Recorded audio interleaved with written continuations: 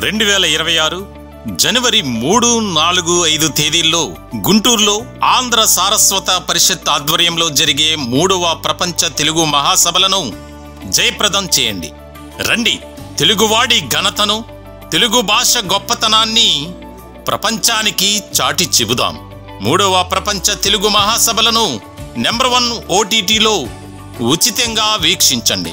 Number 1 OTTకి ఎటువంటి చందా చెల్లించకుండా నెంబర్ 1 OTTను ప్లే స్టోర్ లేదా యాప్ స్టోర్ నుంచి మీరు డౌన్లోడ్ చేసుకుని మా ప్రసారాలు ఉచితంగా వీక్షించవచ్చు.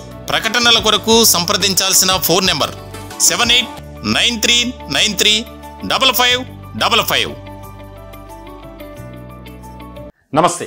సామాన్యుడి చేతిలో సామాజిక స్తరం నెంబర్ 1 న్యూస్కి స్వాగతం. నేను రవీంద్ర. ఆంధ్రప్రదేశ్లో రాజకీయాలు ఏ పార్టీకి ఆ పార్టీ ప్రత్యేకమైనటువంటి ఒక వ్యూహంతోనే అడుగులు వేస్తుంది.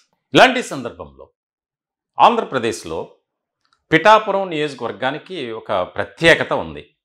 ఆ ప్రత్యేకత ఏంటి అంటే, అక్కడ ఉన్నటువంటి రాజకీయ పరిస్థితులు కానీ, మారుతున్న రాజకీయ సమీకరణాలు, అనూహ్యంగా ఆ నియోజకవర్గంలో జనసేనకు కేటాయించడం, జనసేన పార్టీ అధ్యక్షుడు పవన్ కళ్యాణ్ ఘన విజయం సాధించడం, ఆ తర్వాత కూటమిలో నెలకొన్నటువంటి విభేదాలు, ఇవన్నీ కూడా అందరికి తెలిసినటువంటి విషయాలే. అయితే ఇప్పుడు ఒక మాట వినిపిస్తుంది.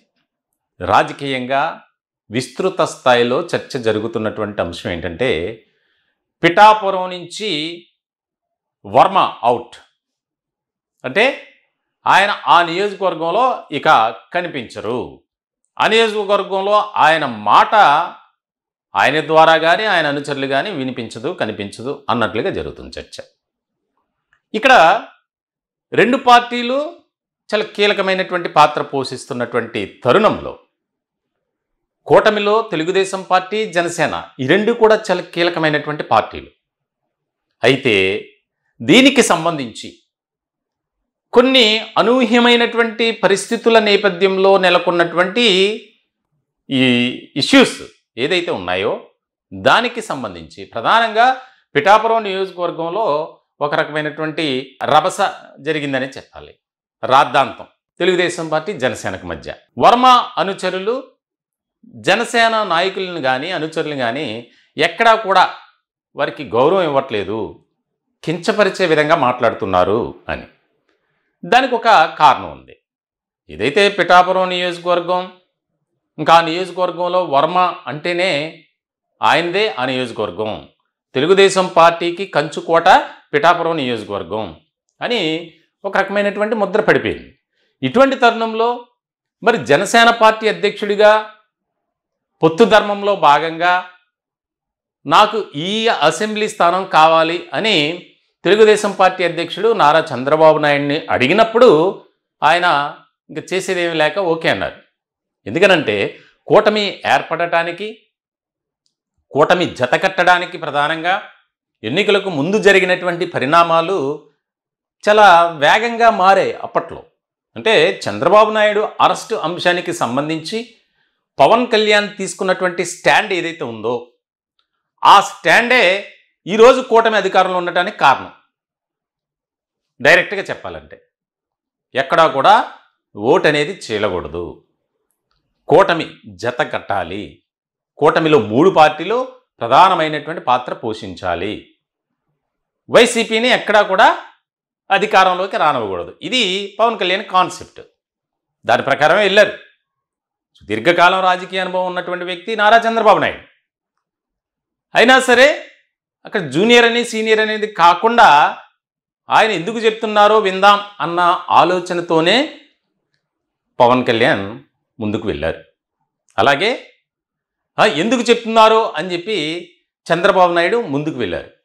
ఆయన సూచనలను, ఆయన చెప్పినటువంటి ప్రతి అంశాన్ని ప్రాతిపదికన తీసుకున్నారు. ఇలాంటి క్రమంలో మంచి మెజార్టీ స్థానాలు సాధించి ప్రభుత్వాన్ని ఏర్పాటు చేసింది. అయితే అధికారంలోకి వచ్చిన తర్వాత చోటు చేసుకున్నటువంటి పరిణామాలు ఏంటి? పిఠాపురం నియోజకవర్గంలో మా నాయకుడు వర్మకు సరైనటువంటి ప్రాధాన్యత లేదు, గుర్తింపు లేదు అని చెప్పి ఆయన రకరకాలుగా రోడ్డెక్కి ధర్నాలు చేశారు, ఆందోళన చేశారు, అన్నీ చేశారు. ఇప్పుడు ఆయన పిఠాపురం నియోజకవర్గంలో వర్మ అంటే ఏదో తెలుగుదేశం పార్టీ నాయకుడు అంతే. మరి ఆయన అక్కడ అడ్జస్ట్ కాలేకపోతున్నారు ఖచ్చితంగా. ఎందుకంటే అధికారంలో ఉన్నటువంటి 3 పార్టీల్లో మరొక మిత్రపక్షమైనటువంటి జనసేన, ఆ జనసేన పార్టీ అధ్యక్షుడు అక్కడ అధికారంలో ఉన్నారు, అంటే ప్రాతినిధ్యం వహిస్తున్నారు ఆ నియోజకవర్గం నుంచి. ఏమనాలి, ఏమి చేయలేనటువంటి పరిస్థితి. ఇలాంటి సందర్భంలో పార్టీ అధినేత నారా చంద్రబాబు నాయుడు ఒక ఆలోచన చేశారట. అదేంటంటే పిఠాపురం నుంచి విశాఖపట్నానికి వర్మని బదిలీ చేయాలి. ఈ బదిలీ రాజకీయాలు 2 తెలుగు రాష్ట్రాలు ఉన్నాయి, ఆంధ్రప్రదేశ్లో మరీ ఎక్కువ. ఇటువంటి క్రమంలో ఇక్కడ ముఖ్యమైనటువంటి అంశంగా చూడాలి, విశాఖపట్నం వర్మ వెళితే ఇక్కడ పిఠాపురం నియోజకవర్గం అనేది ఇక జనసేన సొంతం అవుతుంది. ఆల్రెడీ జనసేన సొంతమే ఇప్పుడు. ఇక నెక్స్ట్ ఎన్నికల్లో కూడా పిఠాపురం నియోజకవర్గం నుంచే పవన్ కళ్యాణ్ పోటీ చేస్తారు. ఇక అందులో తిరిగిలేదు. ఎందుకంటే ఆ నియోజకవర్గాన్ని అభివృద్ధి చేస్తున్నటువంటి ఆ పరిస్థితులు కానీ కార్యక్రమాలు కానీ అన్నీ చూస్తే మనకు అర్థమవుతుంది. అలాగే ఏ సమావేశంలో అయినా, కూటమికి సంబంధించి 3 పార్టీల సమావేశం అయినా, జనసేనకు సంబంధించినటువంటి సమావేశం అయినా ఆయన ఒకటే మాట్లాడుతున్నారు, కూటమి మరో 15 ఏళ్ళు కలిసి ఉండాలి, అంటే ఇంకా 3 టర్మ్స్ మనం అధికారంలో ఉండాలి కూటమిగా అని చెప్పి. దానికి సంబంధించి నారా చంద్రబాబు నాయుడు కూడా చాలా సందర్భాల్లో ప్రస్తావించారు ఆ విషయాన్ని. ఇప్పుడు తాజాగా కూడా మాట్లాడారు, పవన్ కళ్యాణ్ 15 సంవత్సరాలు అన్నదానికి నేను ఏకీభవిస్తున్నాను, అందరం కలిసి ఐక్యంగా పనిచేయాల్సినటువంటి అవసరం చాలా ఉంది అని. మరి ఇటువంటి క్రమంలో ఇది ఒక ముఖ్యమైనటువంటి పరిణామంగా మారింది. అక్కడ వర్మను వదులుకోవడానికి నారా చంద్రబాబు నాయుడు ఇష్టంగా లేదు. ఎందుకంటే ఆయనకంటూ ఒక ప్రత్యేకత ఉంది, పార్టీలో మంచి గుర్తింపు ఉంది, ఒక మంచి నాయకుడిగా ఆయనకు అనుచర గణం ఉంది. సో మరి ఇలాంటి సందర్భాల్లో ఆయన్ను ఏం చేయాలి అని ఒక కీలకమైనటువంటి బాధ్యత అప్పగిస్తున్నారు చంద్రబాబు నాయుడు అనేది ఒక చర్చ జరుగుతుంది. విశాఖపట్నం నార్త్కి సంబంధించి తెలుగుదేశం పార్టీ అక్కడ మెయిన్ రోల్గా వర్మను పంపించాలి. ఎందుకంటే ఆ ప్రాంతంలో ఉత్తరాంధ్రలో కాస్త టీడీపీ వెనుకబడి ఉంది అనేది పార్టీ అధినేత నారా చంద్రబాబు నాయుడు ఐడెంటిఫికేషన్ చేసినటువంటి సందర్భం. సో ఇలాంటి సందర్భంలో గతంలో జరిగిన పరిణామాలు, ఆ నియోజకవర్గానికి ఆ ప్రాంతానికి కూడా బదిలీల మీద వచ్చినటువంటి నాయకులే అక్కడ ఇది అయ్యారు. 2019 ఎన్నికల్లో చూస్తే కనుక గంటా శ్రీనివాసరావు, ఆయన భీమిలి నియోజకవర్గం గతంలో అక్కడి నుంచి పోటీ చేసి విజయం సాధించారు. ఇప్పుడు విష్ణుకుమార్ రాజు బీజేపీ పొత్తు ధర్మంలో భాగంగా విశాఖ నార్త్ బీజేపీ కేటాయించారు, ఆయన కూడా ఘన విజయాన్ని సాధించారు. ఇక్కడ ముఖ్యమైనటువంటి పరిణామం ఏంటంటే ఆ ప్రాంతంలో తెలుగుదేశం పార్టీ బలపడటానికి, బలోపేతం కావటానికి వర్మ సేవలు వినియోగించుకోవాలి. తద్వారా అంటే మరి మీరు పిఠాపురం నియోజకవర్గంలో ఉండటానికి వీల్లేదు, మీరు మిమ్మల్ని మారుస్తున్నాం నియోజకవర్గం అంటే మరి ఆయన హర్ట్ అవుతారుగా, ఆయన బాధపడతారు, ఆయన అనుచరులు కానీ ఆయన స్నేహితులు కానీ శ్రేయోభిలాషులు కానీ బాధపడతారు, మనస్తాపం, తీవ్రమైనటువంటి వ్యతిరేకత వస్తుంది. ఎందుకంటే ఆయన వెనుకున్నటువంటి వారు అటువంటి వారు, అంటే ఆయన గురించనే కాదు, తాము అభిమానించే నాయకుడు ఎవరైనా సరే పార్టీలో తగినటువంటి గుర్తింపు కానీ ప్రాధాన్యత కానీ ఇవ్వని పక్షంలో ఎవరైనా అంతే, ఆయన కూడా అంతే, ఆయన అనుచరులు కూడా. సో ఇటువంటి సందర్భంలో అక్కడ విష్ణుకుమార్ రాజు ఆ ప్రాంతంలో క్షత్రియ కమ్యూనిటీ కూడా కాస్త ఎక్కువగా ఉండటం, అలాగే భారతీయ జనతా పార్టీ సంబంధించినటువంటి ఆ నియోజకవర్గంలో ప్రాతినిధ్యం వహిస్తున్న బీజేపీ ఎమ్మెల్యేగా విష్ణుకుమార్ రాజు, ఆయనతో వర్మకు ఉన్నటువంటి కాస్త సాన్నిహిత్య సంబంధం కూడా ఇక్కడ పార్టీని మరింత బలపరిచేటువంటి అంశంగా మనం తీసుకోవాలి, చూడాలి. ఎటువంటి ఇబ్బంది ఉండదు అప్పుడు పిఠాపురం నియోజకవర్గంలో జన సైనికులకు కానీ తెలుగుదేశం పార్టీ నాయకులకు కానీ కార్యకర్తలకు కానీ ఎలాంటి భేదాభిప్రాయాలు కానీ వివాదాలు కానీ మనస్పర్ధలు కానీ వ్యతిరేకత కానీ అసంతృప్తి కానీ అసహనం కానీ ఉండదు. దాన్ని మనం మైలేజ్గా తీసుకోవాలి. విశాఖపట్నం నార్త్ నియోజకవర్గానికి పంపిస్తే కనుక కాస్త బాగుంటుంది.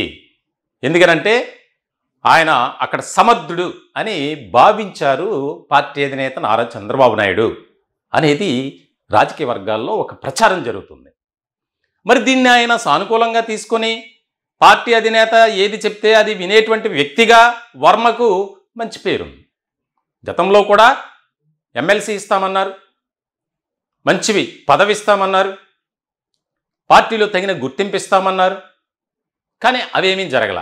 సో ఇప్పుడు ఆయన అటువైపు పంపించి పార్టీలో ఒక కీలకమైనటువంటి బాధ్యత అప్పగించడం ద్వారా ఆ ప్రాంతంలో తెలుగుదేశం పార్టీ మరింత బలపడుతుంది అనేది పార్టీ అధినేత ముఖ్య ఉద్దేశంగా తెలుస్తుంది.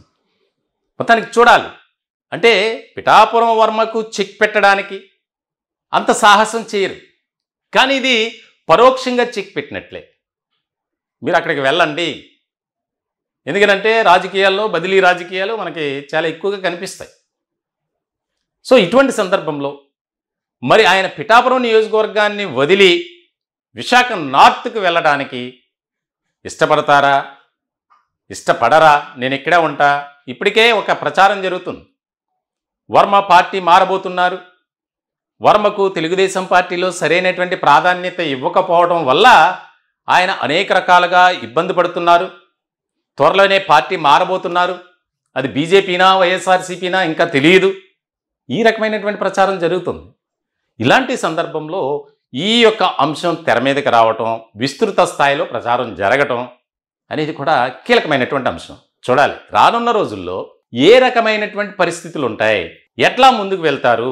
ఒకవేళ సానుకూలంగా ఆయన స్పందించి ఏదైతే పార్టీ కోసం, పార్టీ సిద్ధాంతాల కోసం పార్టీ అధినేత నారా చంద్రబాబు నాయుడు అని అంటే విధేయుడిగా, వర్మ అంటే పేరుంది కాబట్టి దీన్ని పాజిటివ్గా తీసుకొని పార్టీ బలోపేతానికి పనిచేస్తారా, లేదా నేను పిఠాపురం నియోజకవర్గంలోనే ఉంటాను, అవసరమైతే రెబల్గా నేను ఇక్కడ నెక్స్ట్ వచ్చే ఎన్నికల్లో పోటీ చేస్తాను అంటారా అనేది ఒక ఆసక్తికరంగా మారినటువంటి అంశం. ఈ టాపిక్పై మీ విలువైనటువంటి అభిప్రాయాలు కామెంట్ రూపంలో తెలియజేయండి.